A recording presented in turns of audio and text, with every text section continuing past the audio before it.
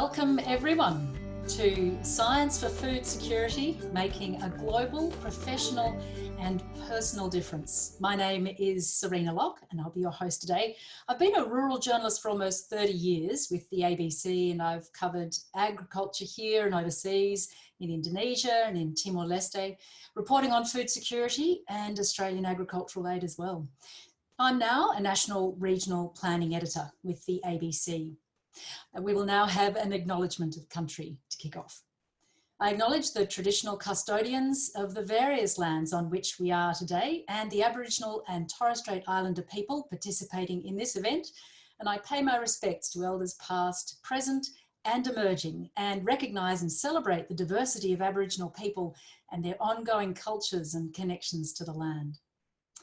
So with our forum today, we want high school and university students and the general public to know about the impact of science in global food and nutrition security and the broad range of study, career and volunteering pathways to get you on your way. I've been lucky enough to see Australia's aid in action working on food security. So in Timor-Leste, you can see on the slides here, the children have yellow dusted hair. It's a sign they're malnourished. Half of Timor's children suffer from malnutrition. Now that's under 5 years old. Causes stunting. It's a permanent long-term damage to brain development, and it makes them prone to chronic diseases like diabetes. And it even holds back the development of their country by an estimated $50 million a year. As they grow up, they don't develop the same way that people in advanced countries can. And that's because their diet is rice and salt. It lacks protein, it lacks iron, simple meat and eggs, and micronutrients. And an egg a day would be enough for protein for a child. But eggs are scarce because chickens die from preventable diseases. East Timor's chief veterinarian here is running a vaccine project. And Australian scientists developed a simple heat-tolerant vaccine for one of the worst diseases. It's called Newcastle disease, and the results are really impressive. So the vaccine is just a drop in the chicken's eye, and it means they're surviving well enough to hatch more chickens and increases the number of chickens tenfold. So the next project, of course, is to encourage the families to feed eggs to their children, not to their chickens. Dr. Jonita Jong here has worked with leading Australian researchers on this project. She's trained up locals and she's been part of education programs.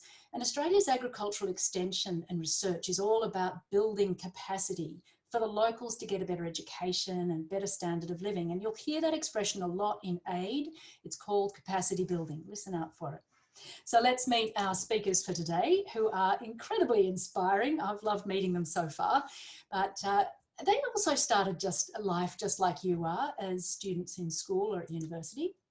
So let's meet Oliver Gales. He got a taste for agriculture for development on a Crawford Fund Student Award to Timor-Leste, and he will be the first ever agricultural science Tassie Rhodes Scholar working in sustainable agriculture.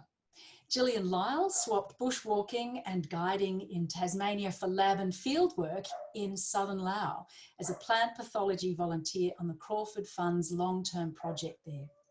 And Olivia Woodiwis is a consultant with Pinion Advisory, and she's continuing her studies to reduce poverty and encourage ecological sustainability and farming longevity on a Vietnam project for the Australian Centre for International Agriculture Research, that's ACR, which she first visited also as another Crawford Fund awardee.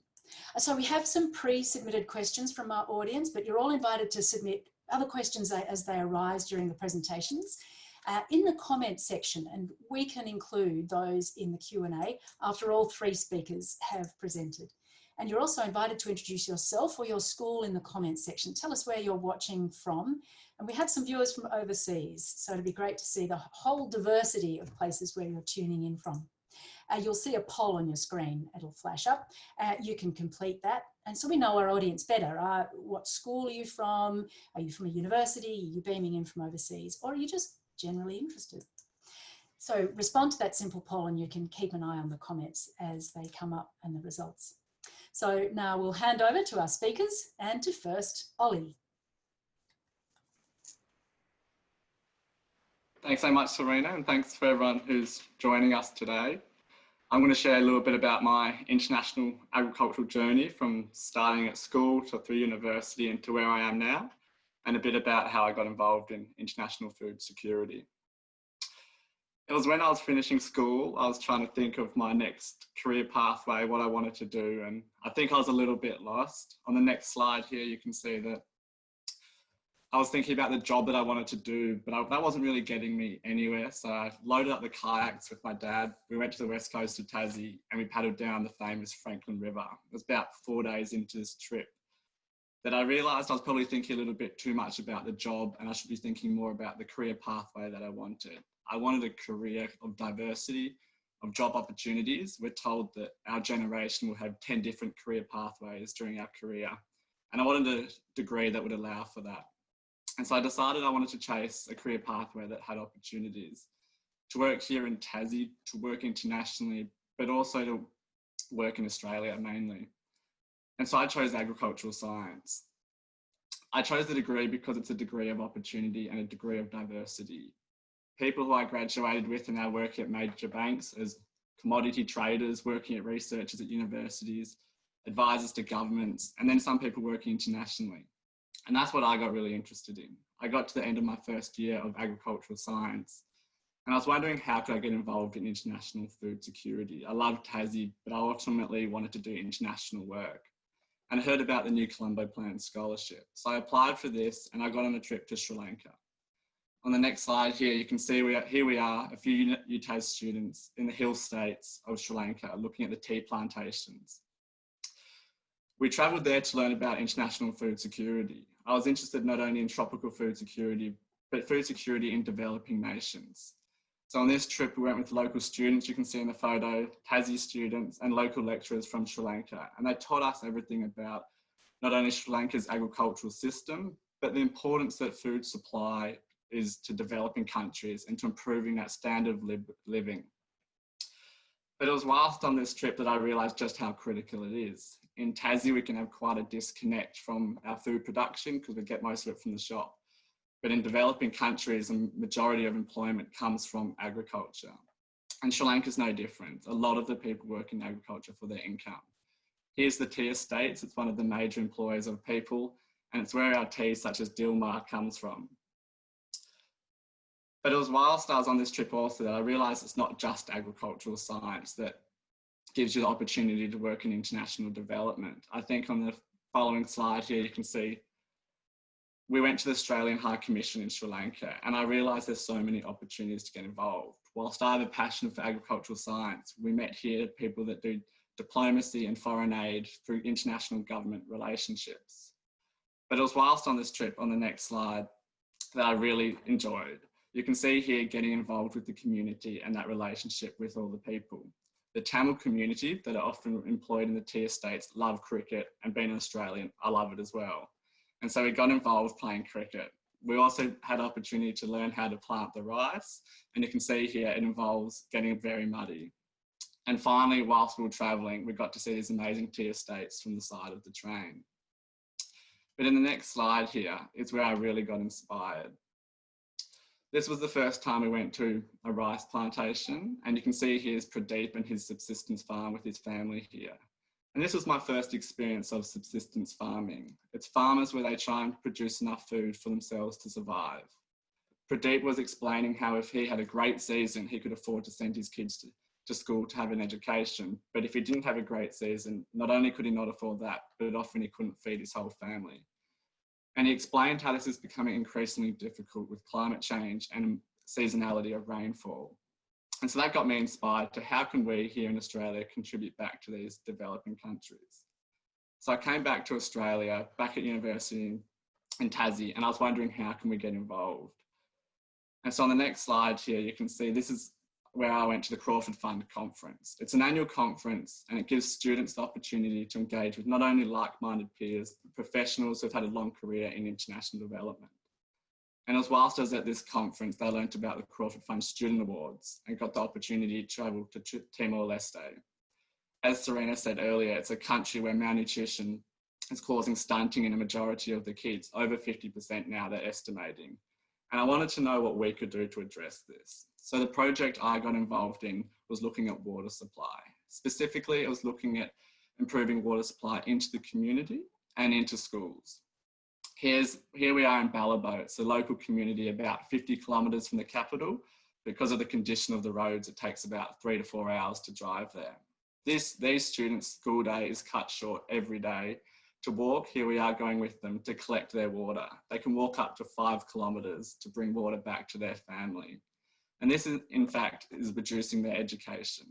So our project is looking at improving water supply into the schools and the community, not only to improve water consumption and quality, but to allow these students to have improved education.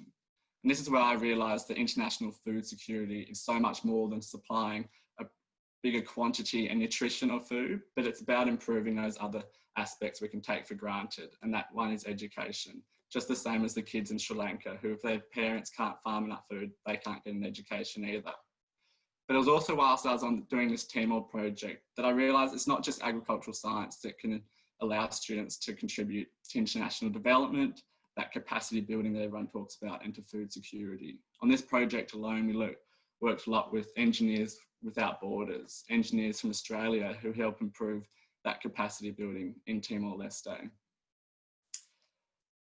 But it's not just about agricultural trips for me. I was really fortunate to travel to China on an opportunity to engage in a dragon boating, or in a cultural festival it was called. And I realised how important it is when you're young to take opportunities.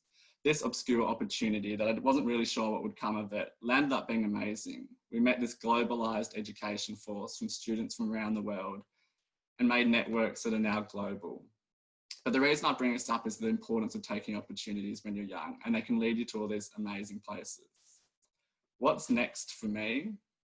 I find myself in a similar situation to when I finished school. I have a lot of ideas, but now I'm armed with the passion and the responsibility of taking opportunities. I really enjoyed international food security and the underpinning it plays to communities developing and people improving their standard of living. And so I was thinking about how I can take that to the next step. So I've received this amazing opportunity to travel to the UK and to do a master's, and specifically to take what I learned from those developing countries and the importance that Australia can play in improving that standard of living. So I'm going over there to study the policy and governance between different countries, and how as Australia, through not only agricultural science, but so many careers, we can improve that standard of living. But I wanted to finish today by talking a little bit about taking opportunities. No matter where you are in your school and career or education, it's important to take opportunities. Some of them will come to you easily and you can grab them easily, but some are more difficult. So it's okay to reach out and to find those opportunities. And lastly, I wanted to finish with a quote that my mum often tells me, and that is, there's nothing more expensive than a missed opportunity. So please take those opportunities. And if anyone has any questions for me today, please reach out to me. And I'd like to now hand over to Jill, who's going to talk a bit about her volunteering experience in Laos.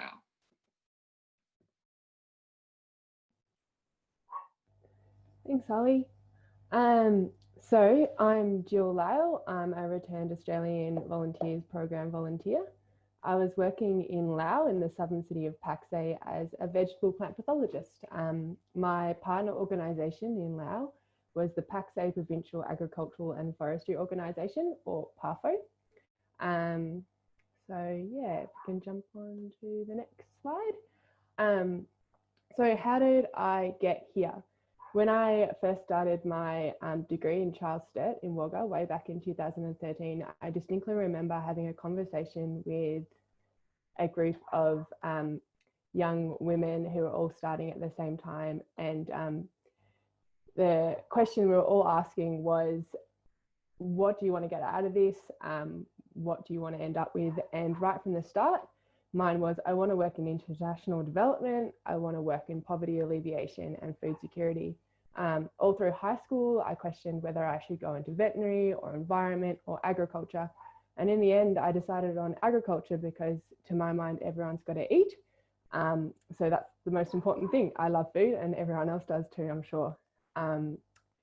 So I figured that sustainable agriculture would bring in all the things that I loved, including environment and protecting wild spaces. and feed people. I'm not naturally a very scientific person.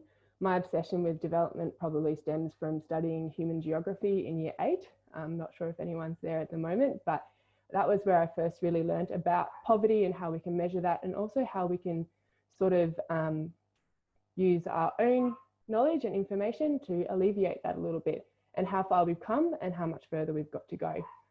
So that's what I ended up doing.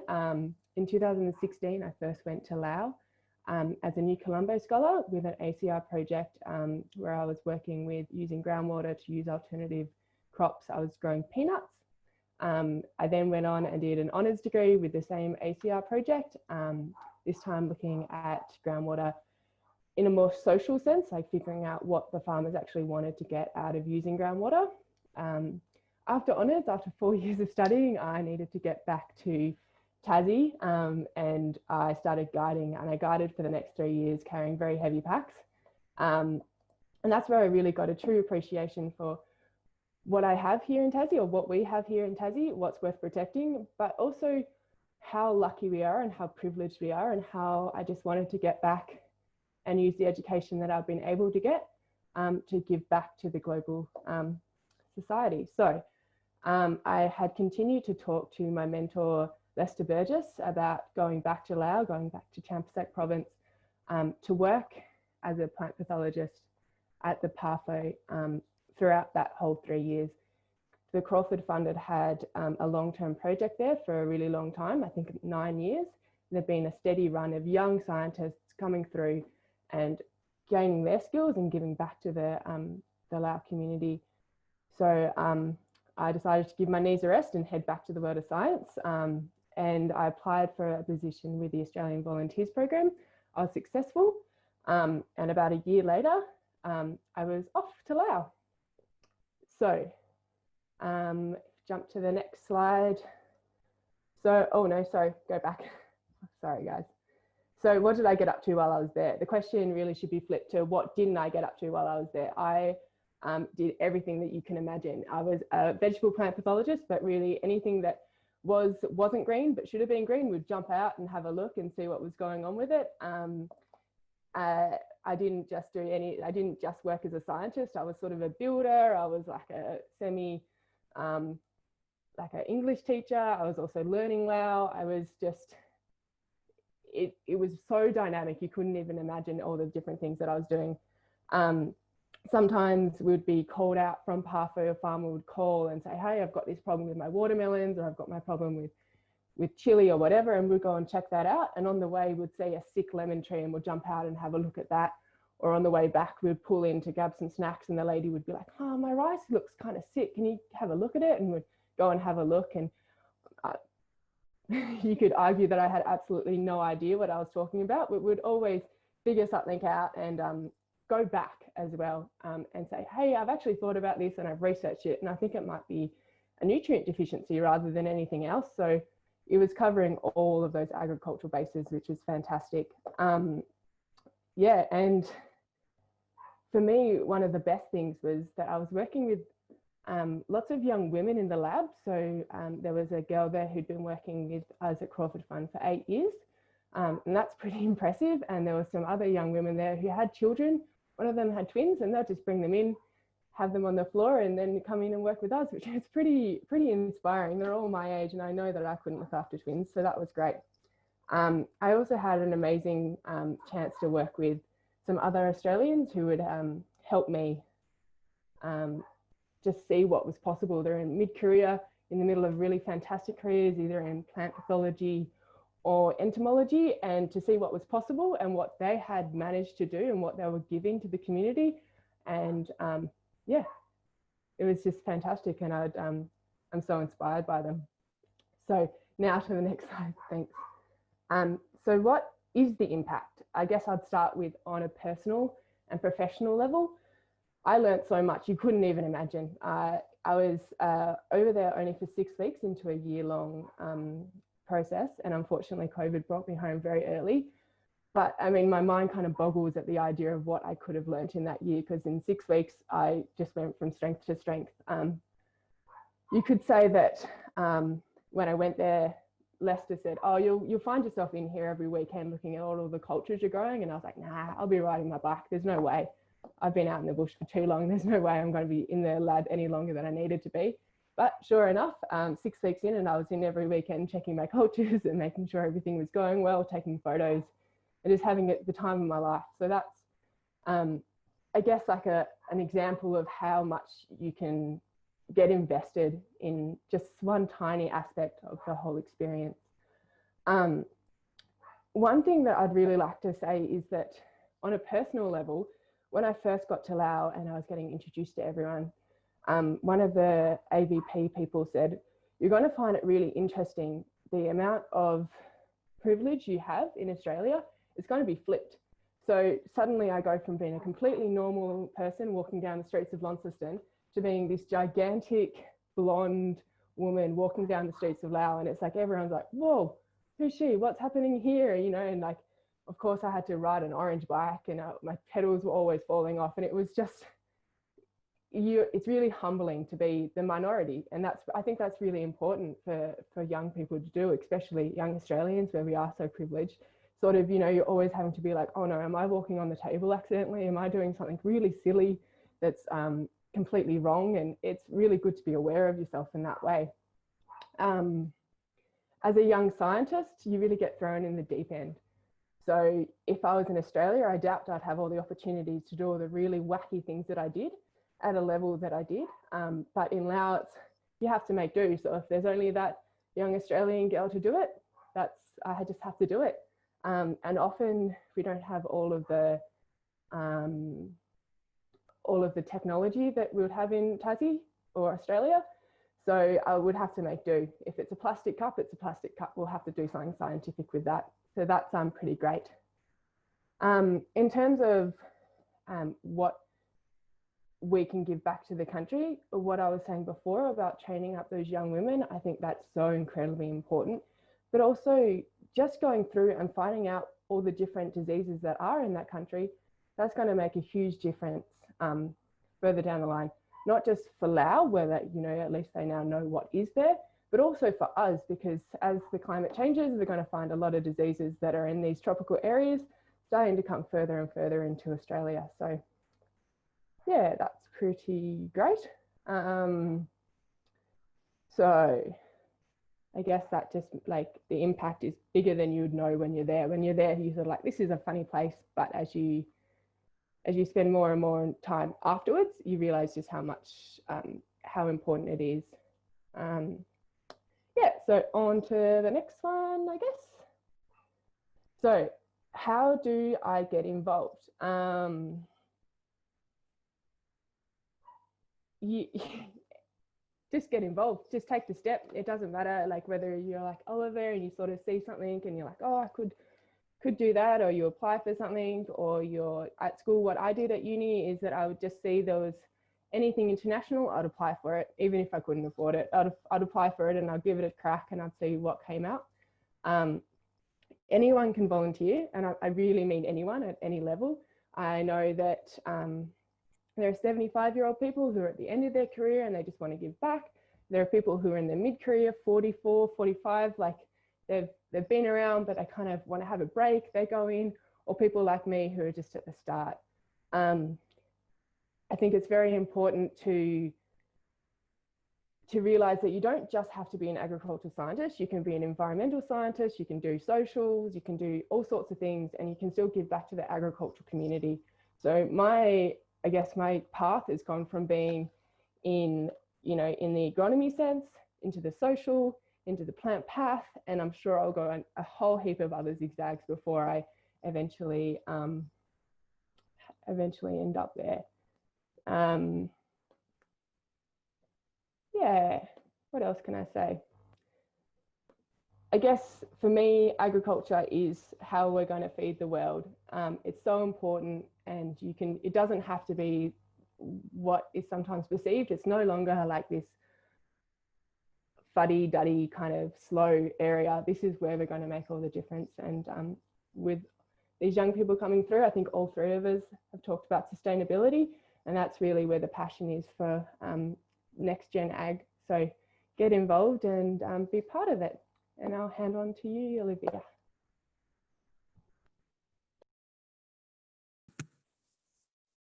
Thanks, Jill.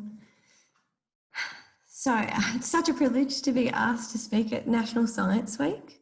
I'm really grateful for the amount of people that have even logged in today who are interested to hear us share our stories about the experiences and opportunities that we've had in international development overseas.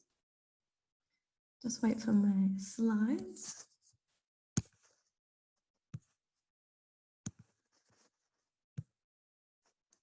Okay, so to start with, for me, I consider myself a fairly average to good student at school. After college, I worked in hospitality for a pretty long time. I wasn't really sure what career path I wanted to go down, but I did know that I really enjoyed traveling. The next slide. And from that, I really enjoyed meeting new people and experiencing new cultures as well. And after many of my experiences overseas, which a lot were in the Southeast Asian region, I had this development of an awareness of severe poverty. And I had an empathy towards the uncertainty that people faced around food and water and nutrition. And I had this urge to want to contribute and make an impact on reducing this poverty to improve that food security in these areas. And so I focused on the future and about how I could contribute in this area. So at 28, I started university. My first year of uni was in 2017. I started the associate degree program in agribusiness. My course coordinator was acutely aware of my interest in international development and helped me with my application in the Crawford Fund Student Awards. I didn't meet the criteria to get a scholarship because I was so early in my studies, but the judges must have really valued my application, and I was awarded a 2-week scholarship to go to Vietnam. I joined a project there which is being led by the Tasmania Institute of Agriculture. ACR partnered with the National Institute of Animal Science in Vietnam and the Vietnam National University of Agriculture. And it was titled Intensifying Beef Cattle Production in the Northwest Highlands of Vietnam. And for me to go, it was about me experiencing how that international development research works. So a small little geography lesson here for you. So Vietnam is located in Southeast Asia. It's got a really long coastline, and then in the inland there, we've got quite a lot of highlands too. The population is around 97 million people.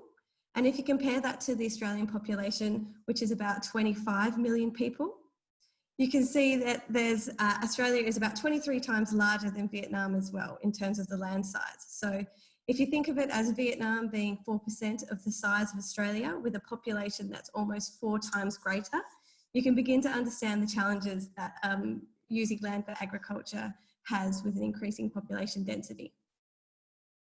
So I arrive in Hanoi. So to start with, I just wanted to show you a small video of Hanoi.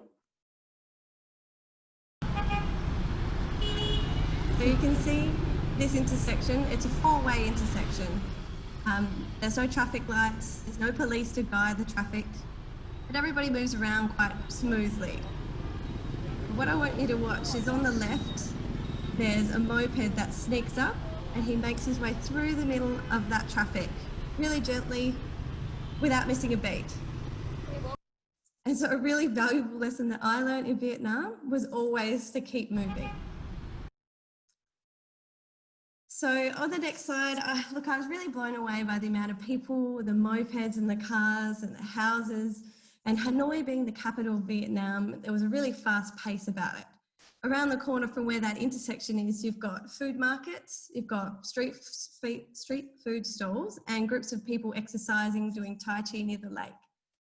And the country is so diverse with this sense and this urge to really enjoy life.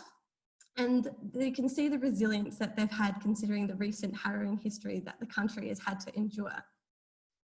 So going from Hanoi, we travel up to Dien Bien. And Dien Bien is where the project is focused. So in the Northwest Highlands, it's known as one of the poorest regions in the country. It's really rural and the farms are quite isolated from all those urban comforts. And if we look at the different types of production systems they have there, we can see they have different breeds of cattle, they use different systems of farming, they have different values for their produce, and they have different problems to what we know down here in Tassie as well. There's quite a mix of cultures and ethnicities and traditions that really influence the motivations of the people that live in different ways. And what I began to understand is that we have no need to change any of that. But there has been a significant reduction in poverty over the last 10 years in Vietnam, but there was still a disproportion to that wealth. So wanted to understand how we could close that gap. And this leads to the second lesson that I had in Vietnam, and it's the value of working together. And the benefits that I can see between Vietnam and Australia as we develop as nations together is that we create fantastic opportunities to learn from each other. We want to achieve the common universal goals, such as reducing poverty, increasing production of food to feed a growing population, and by doing so in sustainable practices. We allow for sharing of research and expertise in both directions, and we aim to create longevity in those farming systems to improve the livelihood of people around the world. And to do this, the third lesson is the most valuable: developing strong, robust and trusting relationships. And that's one of the most important things in the Vietnamese culture. They value family, they love learning, and it's important to have and to gain respect. And that's irregardless of your race, culture or status. And through the work that the Crawford Fund, PIA and ACR have done, we've been able to contribute to gaining respect and trust in Vietnam and build those relationships with the partnered institutions there, which allow us all to evolve and learn and contribute in areas where development will have the most significant effect. And on reflection, the benefits to me personally, I've had enriched my cultural understanding, and I feel really humble and appreciated to be part of the next gen of individuals that help to contribute to these issues through listening and supporting each other in a cross-cultural and a global environment. Professionally, this experience has created passion and a drive for me. I've had a focus on my studies, and 3 years later, I'm involved in the same research project that I went to visit in 2017, and I'm doing an honours project with UTAS. This is to contribute to the richness of the current project, and I'm able to demonstrate my commitment to making an impact there. The team in Vietnam were pleased to see me progressing with my studies and welcome me back on board to keep studying with them. At Pinion Advisory, I'm working as an agricultural consultant, and this is allowing me to develop my technical skills in the field and in compliance and governance. And these are important foundations to possess as a basis for my career. The soft skills that I gained from those years in hospitality, being able to confidently talk to people and make conversation and empathise, are invaluable in my role now. And Pinion aspire to have an emerging global footprint. We have involvement in projects both regionally and internationally, some in East and Timor-Leste with freshwater management, and South Africa around grazing practices. And as a company, we see endless opportunities in contributing to the worldwide impact of water and food security. We have the ability to drive change in the private sector and ensure research sustainability going forward in the future. So a clear message from all of us here today is to look to the future as the world is full of exciting possibilities. We encourage you to take up opportunities that are there for you, and you may be surprised at what that experience creates for you. Really find that sense of purpose that you have, and I find that through the experiences granted to me by the Crawford Fund. And I encourage you to do the same. And to finish off, I have a beautiful example of all my lessons learned in Vietnam.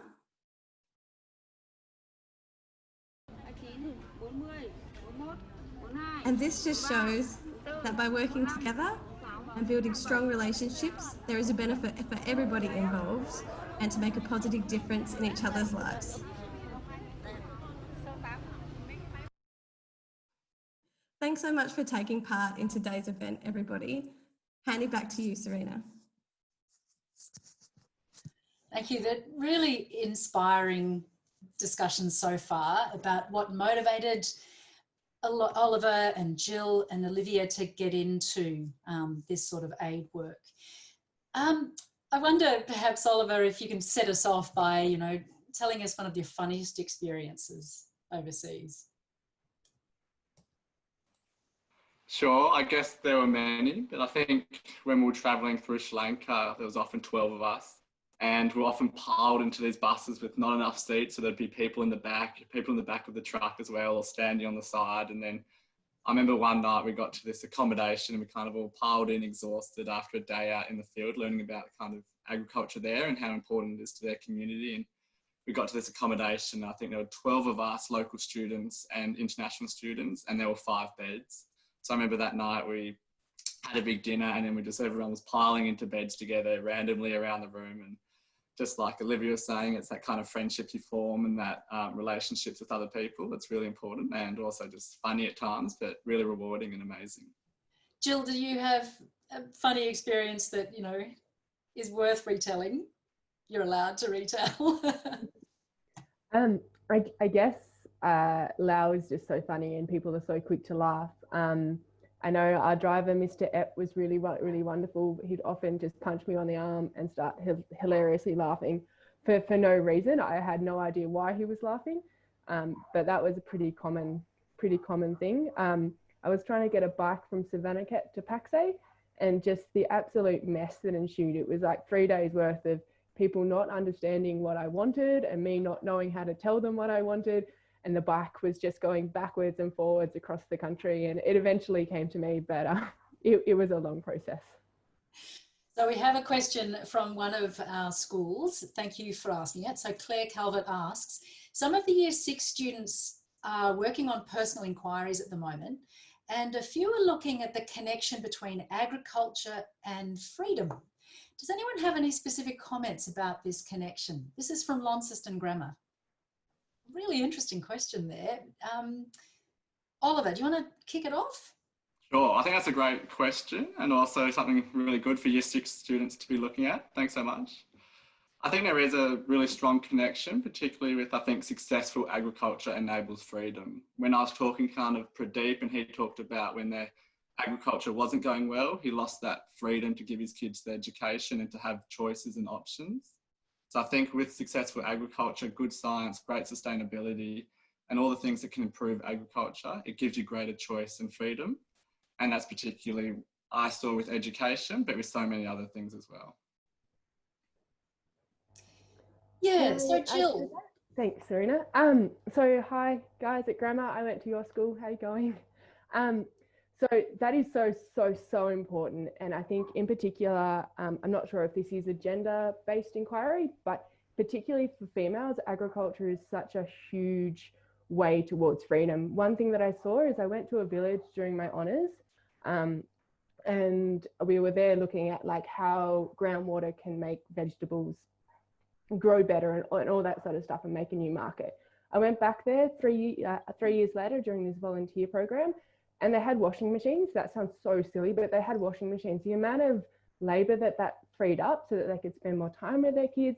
The kids were really well dressed. They all had like AirPods and were like riding around on bikes, whereas 3 years ago they couldn't do that because they were out in the fields weeding. So it sounds really little, but it's huge. Just that freedom to be a kid, and freedom for women to sort of not have to be weeding all the time, freedom for the men to take things to market. It's absolutely huge.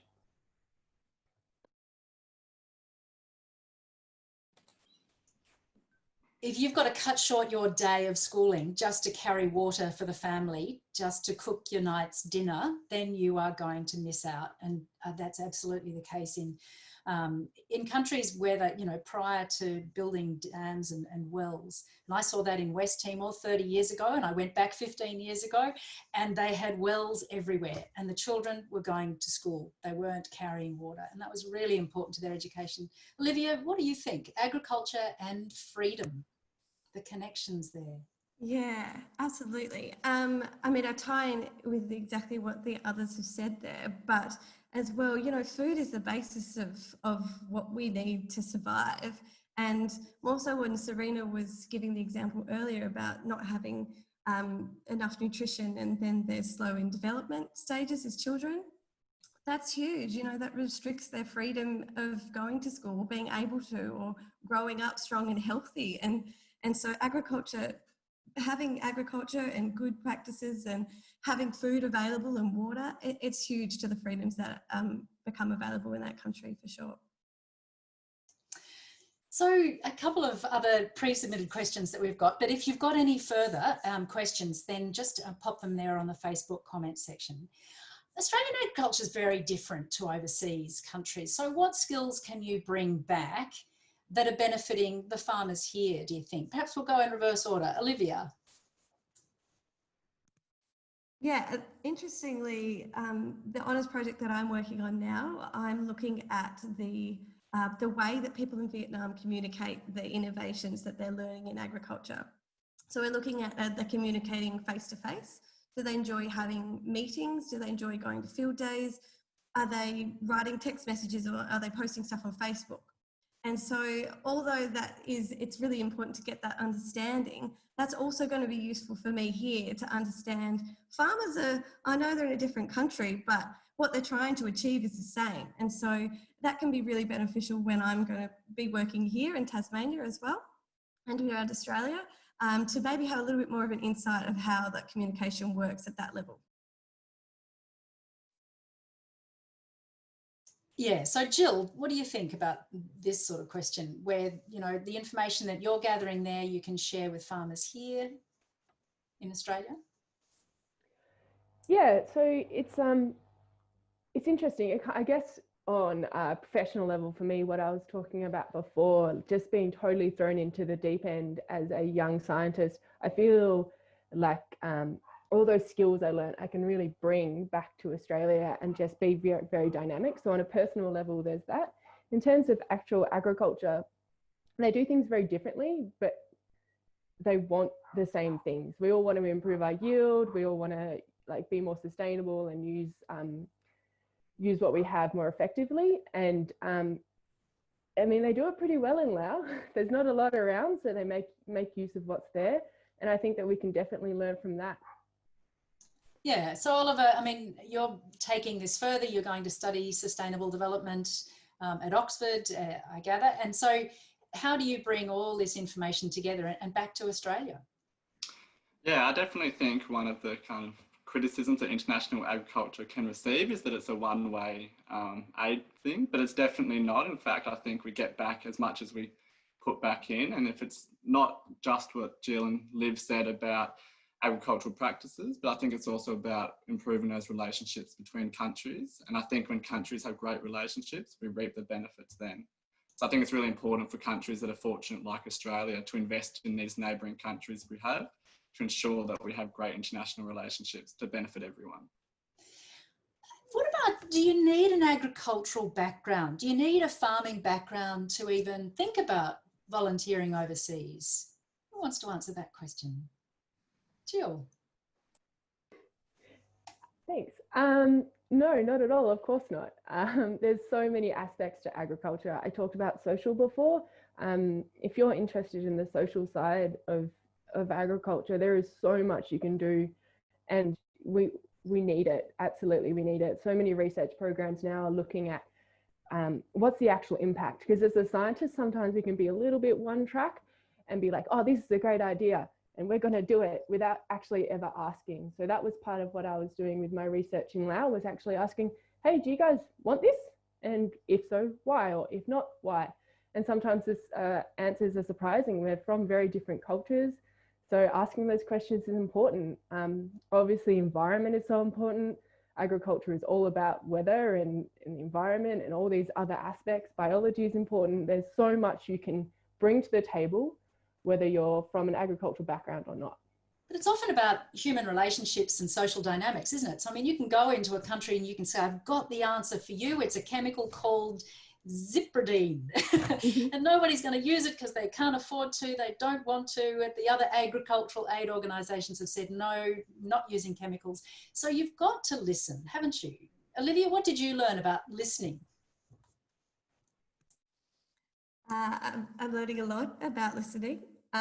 Often, like Jill had even mentioned, you kind of go in there with an idea of what you think should happen and how that's gonna play out.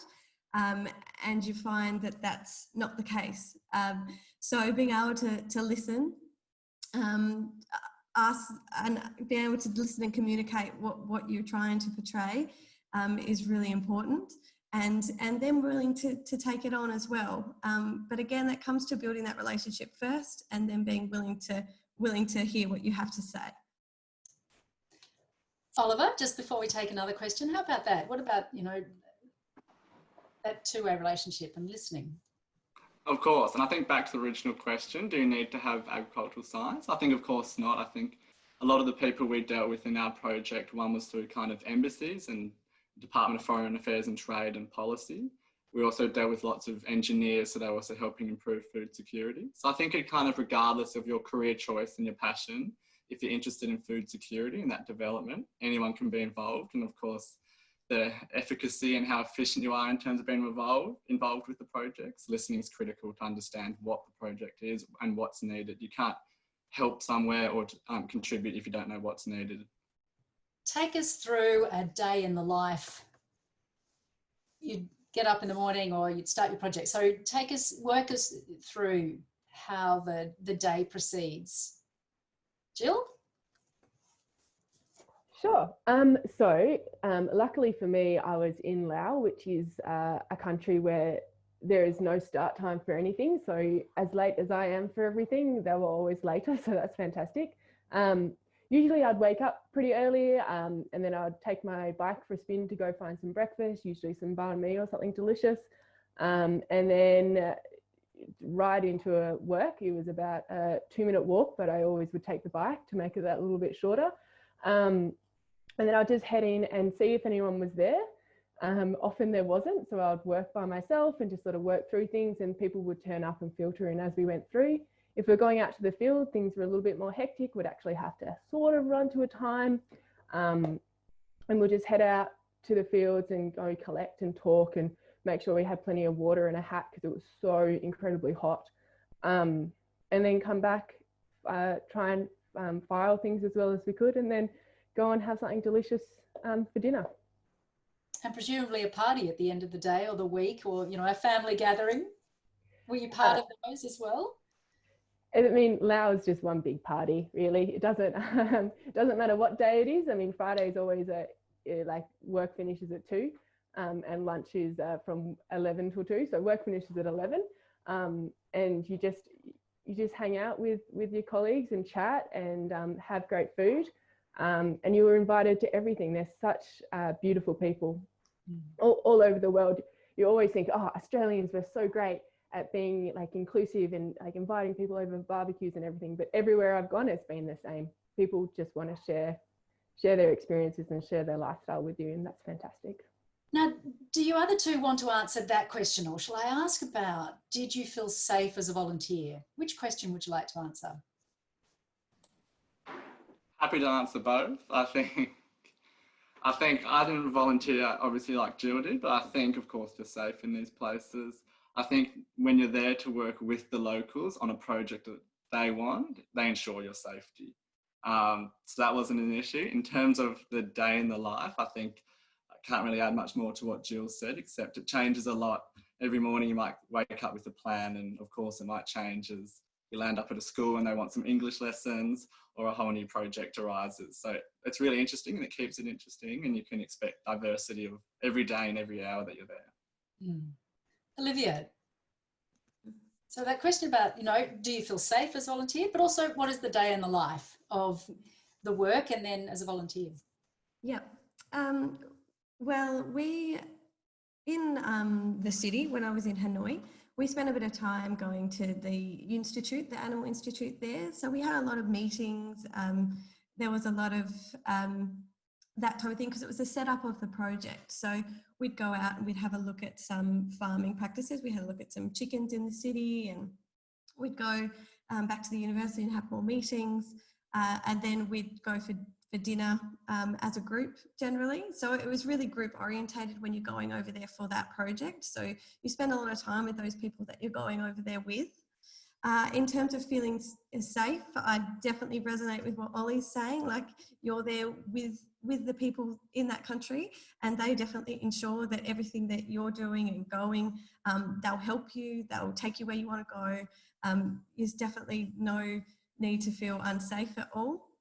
And for us, for accommodation, we were super lucky because there's a lot of hotels and things in Vietnam, and in terms of the project, the money from Australia, you know, it's quite cheap for us to have nice accommodation. So we were really lucky in that regard, and we were able to support the hospitality, the industry in Dien Bien as well. So yeah, we were on a luckier side, I think. And while you've got the floor, Olivia, we've got a message from Do Mai Chi from Hanoi. So welcome to our discussion this morning. So Olivia, which provinces were you in your projects, in addition to Dien Bien Phu? And did you work with VNUA? And yes, yeah. Yes, we worked with the VNUA. We were in sorry, my pronunciation's not great of Vietnamese. In Tan Dao, is it? And also just in Dien Bien as well, that area mainly. That's where my focus is in my honours project now as well. And what your other plans are with Vietnam? I mean, do you return? And that's a question to you all individually as well. It's like, you know, after COVID, but what are your next plans with Vietnam?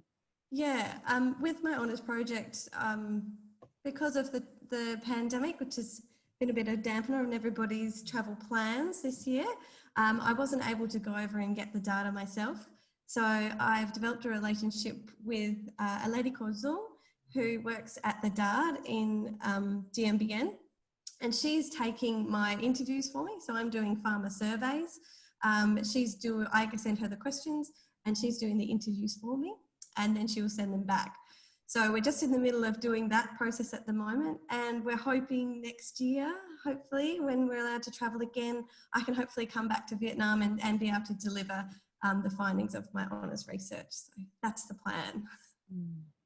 Oliver, what's your sense of when you can go back? Will you be able to continue your work alongside your studies? I think it's a difficult one. I think it's changing all the time. I think I'm fortunate to be going to the UK in a month, but you've got to go through kind of government exemptions to allow that. I think in terms of travelling internationally, I don't think anyone really knows the answer yet. I think it changes all the time, but I'm with Liv and hoping that we can return to it as soon as possible to contribute to all the good things that international food security kind of development programs are doing. Jill, would you like to go back? Is it, you know, something that is constantly pulling you to come back, and post-COVID you'd be able to travel and work again? Yeah, of course. I mean, I think that COVID is just making it all the more important to increase food security. We're seeing that it's really affecting, especially developing nations. So as soon as I can, I'd love to get back. We'll see what that means. But in the meantime, for me, it means that I'm working sort of remotely, just on my own time. I collected lots and lots of WhatsApp numbers. People love WhatsApp. So I collected lots and lots of WhatsApp numbers, and that's really paying dividends now. We've got so many groups going where they can post photos, and while it's really hard to remotely diagnose, we're doing our best to sort of still provide advice and do that in the meantime. I think that's a really interesting point. You say everyone's on WhatsApp. The connectivity in Southeast Asia is really high. Even in the poorest country of Timor-Leste, everyone's got a mobile phone. In fact, they spend a lot of spare cash on buying their phone cards, whereas, you know, concreting the floor and buying a motorbike would be the next thing, and feeding the children and sending them to school with shoes. So yeah, phones and connecting with the internet, you can stay doing your work even though you might be remote. I think we've learned today that it's really important to be curious, and it's important to value that two-way scientific work. That it's about capacity building for them, building their understanding and their education and their wealth, and your understanding and what you can bring back to Australia. So I'd like to thank all the speakers. Fantastic work from Oliver Gales, Gillian Lyle and Olivia Woodywis. I'd also like you to touch base online with the Crawford Fund at Crawford Fund. Join the Researchers in Agriculture for International Development Network. That's called RAID. And those interested in volunteering should check the government's Australian volunteer program. When you leave school or university, just tap into that. And there will be a survey for National Science Week. So if you can complete that, that'll help us develop this sort of forum better. And there's also a video recording available on the Crawford Fund website. So thanks to the speakers, Oliver, Olivia and Jill. Thanks to the Crawford Fund, to RAID, for ACR and the Tasmanian Institute of Ag. This initiative has been supported by Inspiring Australia as part of National Science Week.